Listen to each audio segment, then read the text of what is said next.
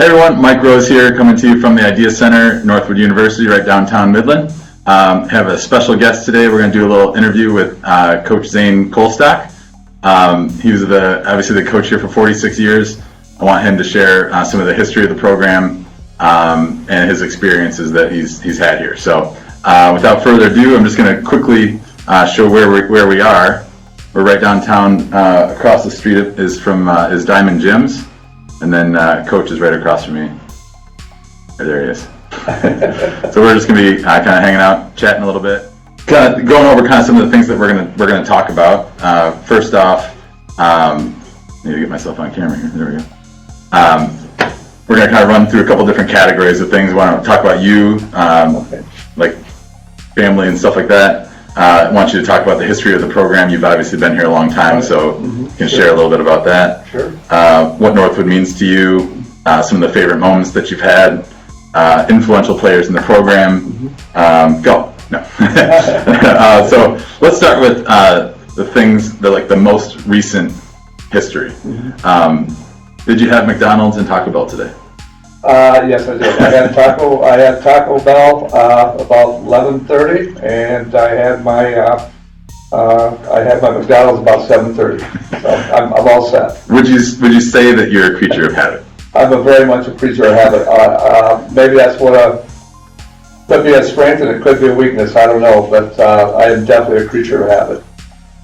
And sometimes change comes very difficult for me because of that habit. So the most recent season ended a little bit early. Yes, very, very disappointing. That you and I worked really hard to put the team together for this last year, and we got down to Florida. We got in a couple 3 matches, and then it was called when we had to come home and everything. And it was disappointing for me, you and I, but it was probably more importantly, it was very disappointing for a lot of the tennis players and a couple of the seniors that were seniors last year that didn't have a chance to complete their senior years as a normal season, which I felt really bad about. I think everyone felt bad about that, for them. Yeah, for sure. I mean, that was a huge disappointment. I remember we had to walk into their room and, the guys' room, and tell them that the season was over. Yeah. I think we all kind of saw it coming, but it wasn't. Yeah. And I think that was probably one of the low points of my 46 years at Northwood. They have to go in and tell the kids that the season was over and everything. Everyone understood it, and it was the correct thing to do, but it was still very, very difficult particularly for the seniors. But you did get 1,000th win. Yes, I got that 1,000. Last year I got 1,001 wins. So. Well, that's what I was wondering. I was going through, and I thought you're at 1,003. Is that right? No, I think it was 1,001. I think I had. Definitely, well, we flew by. Yeah. So. So was that something when you started coaching, you thought about that kind of stuff, or was it just? I never. I'll be honest with you, Mike. I never thought about that until the last year or two, when people started asking me how close I was, and then I started taking a look at it, and I knew I was getting fairly close the last couple of years, and so it happened, and it was quite a milestone for Northwood tennis, and obviously for me too, but more importantly for Northwood as far as the last 46 years to get 1,000 wins during those years that's probably a record that's going to live for a while. I think. I think that's pretty safe. Was it a goal? The last couple of years, you're like, okay, I'm getting close. Not really. I mean, we were more focused on winning championships all these years, and that was the goal of the Northwood tennis team. I had 3 goals every year, and number 1, I was going to have the best student athletes on campus. They're going to be the best students in the classroom, and they were going to be the best citizens, and they were also going to win championships. And so those were the 3 goals that we had every single year. And anything before or after that was secondary to those 3 goals. And so every year we'd set the players down and explain the goals, and obviously the people that were coming back realized what it meant to be the best student athletes on campus, which we were year in, year out as far as our grade point average, and the best citizens. We've done a great job with the kids out in the community over at the tennis center, helping out whatever we could with the Dow tournaments and helping the tennis center out. In addition to doing our thing out there at the tennis center, we're kind of family out there too. We're out there that much practicing every day in matches, and so we're kind of considered family at the tennis center too. So for sure. Well, there's some other numbers. 46 years. 46 years. That was been a little while. 35 conference championships. Did you say that? We won 35 GLIAC championships, overall championships. In addition to that, there were a lot of tournament champions along the way as part of winning the GLIAC tournament. And then we won, I can't remember the number, probably 15 or 20 NEI regional titles. And I think I counted it up, I think all told there was 96 championships involved in the program in the last 46 years. So I like bringing potential student athletes into the office. We still have the shrine of all of the trophies in there. And I think it's a good to take them in there just to see what the history of the program has been. Like this is what the program is.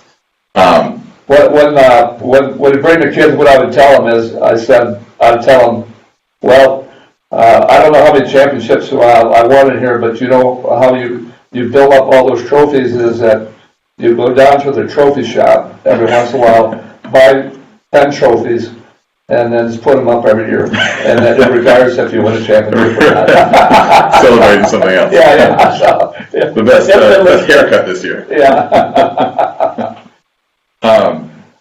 So let's go back to your childhood. Where did you grow up? Where are you from? I grew up in Olivet, went to Olivet College, and little small town boy in southern Michigan. And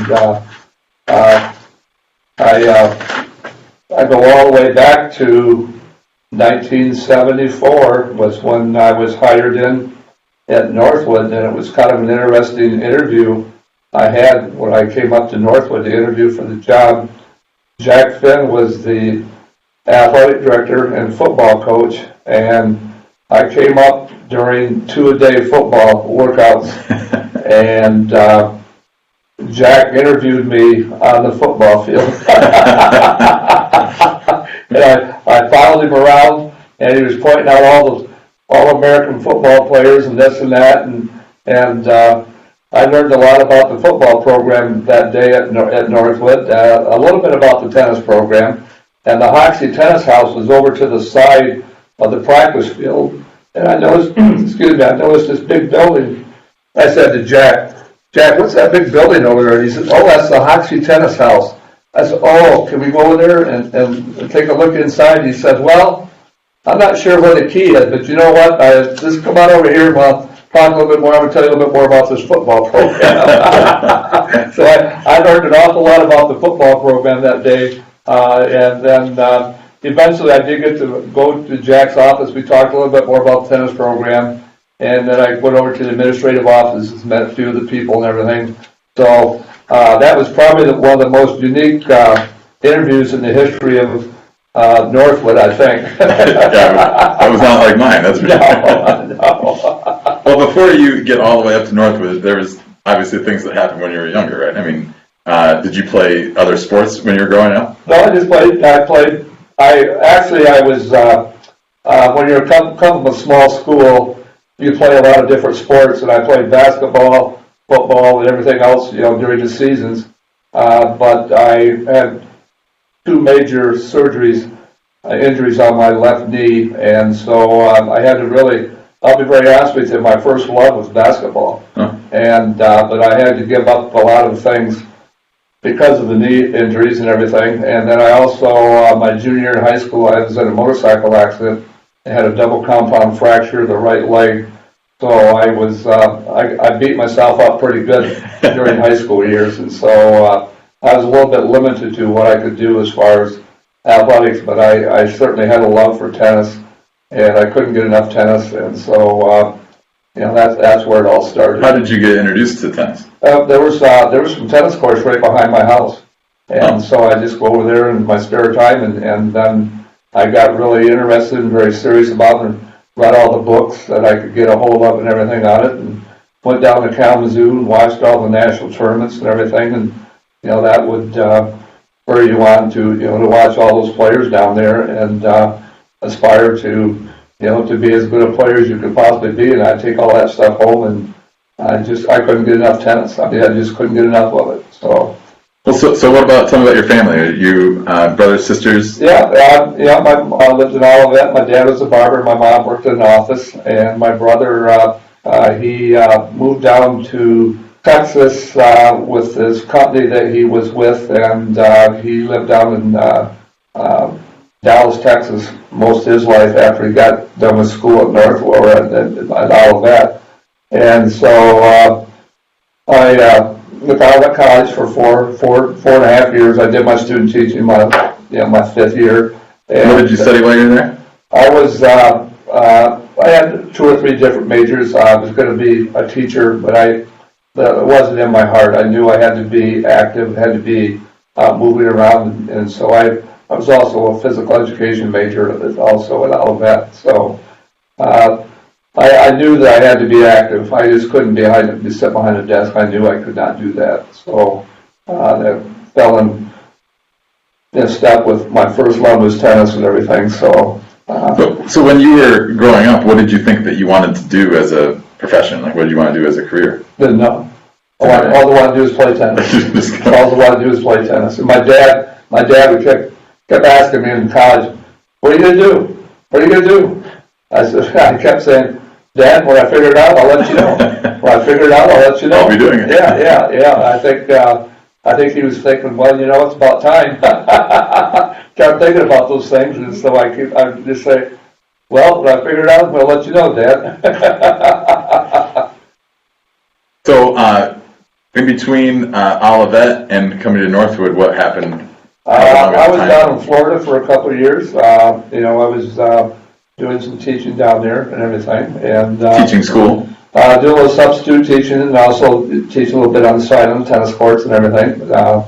And so I was certified as a teaching professional, and I was in the process of looking for jobs and everything when I came back up to Olivet in the fall of spring of '74, and so I was applying for jobs and everything, and then the Northwood job opened up, and I applied for it. And here's the funny part about that is when I went to interview in August, I didn't hear anything, and I didn't hear anything back, and I thought, that job's gone, because that was mid-September, and I hadn't heard anything. Didn't remember all the names of football players.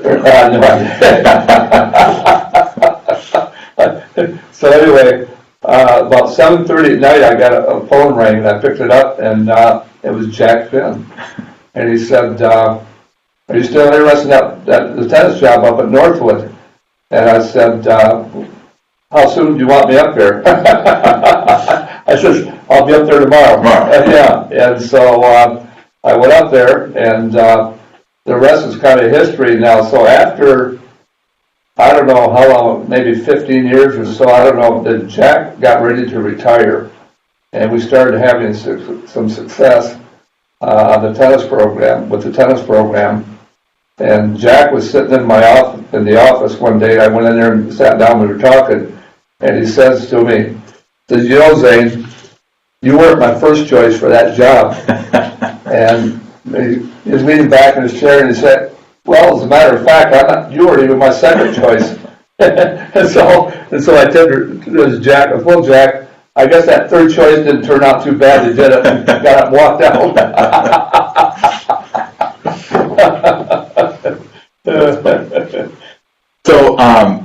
So for these most of the 46 years that you were coaching alone, like you were. Yes, and I'll be honest with you, I never wanted to coach, because I had seen too many assistant coaches either at Northwood or other places that really, they could be a plus for a program, but I saw a lot of coaches that were a little bit undermining as far as the program and the coach, and wanted to get ahead and wanted to be a head coach. And I saw some of that, and I thought, I don't want to be a part of that. And so I never wanted a coach. I never wanted an assistant. No offense. Yeah, right. No offense. Oh, not me. But I wanted to do it all myself. I wanted to be in charge of everything. Everything had to be me. And so that was probably one of the greatest things that kept me at Northwood, was that I got, for 46 years, I got the job that was my dream job that I always had dreamed about doing. And at Northwood, I was able to do it the way I wanted to do it. And no one said anything about me as far as, you got to do it this way. They just kind of let me go. And for 46 years, I ran that program exactly the way I wanted to. And that is one of the main reasons I stayed at Northwood as long as I did, because I had free reign to run the program and do it like I wanted it to do it. And it was, not many people can say that, that they can stay at one place as long as I did and enjoy it and I looked forward to going to work every single day. I couldn't wait to get in the office. And there'd be a lot of times on the weekends or something like that, or nights, I'd go in, sit in my office. It's because I like being in my office and being at work. And so it was never a job to me. It was always an adventure. It was always something I looked forward to doing, and I wanted to do it, and I couldn't get enough of it.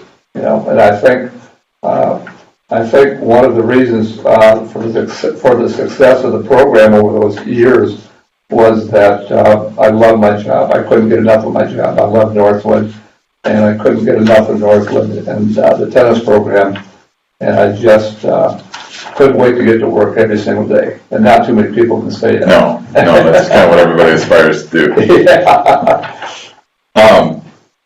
But eventually, you needed to get some help. Yeah, was it 19, it was about 94, 2004, 14, I was sitting at my desk and I felt something come up my right arm, down my right leg, come up my left leg and my left arm, and I knew something bad was happening, and I was having a stroke.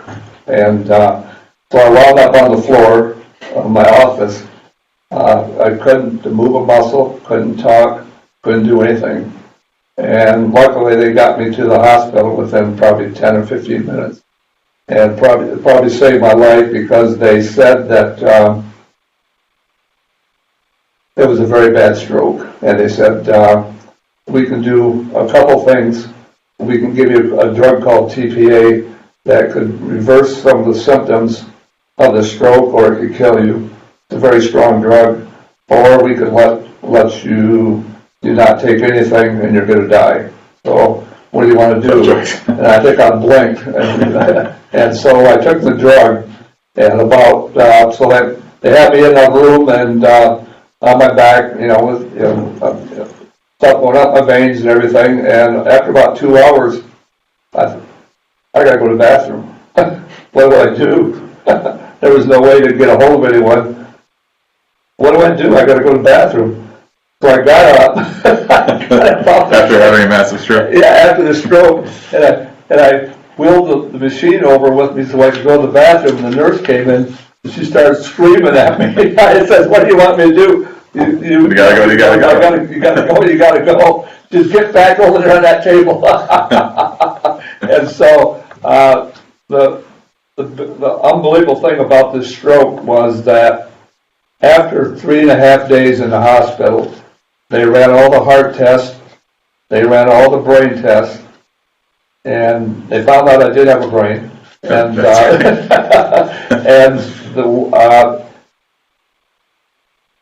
that afternoon, about 3 or 4 of the doctors came in, all the nurses came in, And what they told me was they'd never seen anything like that in the history of that hospital, that someone that came in with a severe stroke that was probably going to die, and after 3.5 days, I'm going to walk out there a healthy man. There's nothing wrong with me.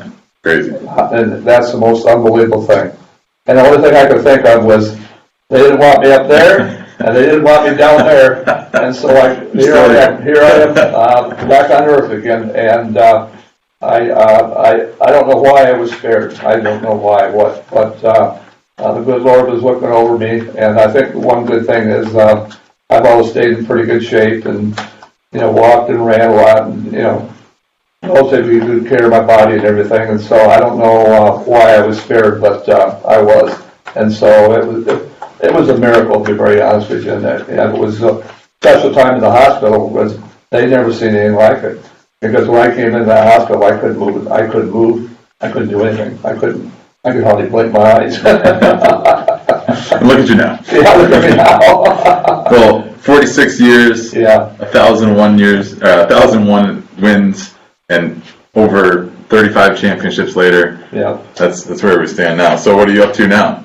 Well, I'm not doing anything right now because of COVID, obviously, but it's been a big adjustment. I think, very honestly, I think I played it out to the end with as far as the tennis was 46 years. I think I'd had enough, and I think it was time for me to retire. Obviously, when you get older, you slow down. You don't have quite the energy that you've had in the past, and that was always a concern to me. And after the stroke, Northwood was very good to me to give me an assistant. First one was Mike Woody, or Austin Woody, and then you came on board last year and everything, my last year. And so those were really very, very helpful. I was very thankful for Northwood to help to do that for me. But I realized that the energy level wasn't quite as strong as it was, and it was time. It was time, and so that was good timing. And I think it was absolutely the right time to retire. And I think that I felt really, really good about you coming in to succeed me and take over the tennis program. I see a lot of the things in you that I felt in me and saw in me when I was a young person, a young coach and everything. And I'm sure you're going to have as much success as I did. Well, thank you. That'd be a long time. Yeah, so you're going to coach to about 70 or 75, Yeah, huh? that's the plan. Not much to live up to.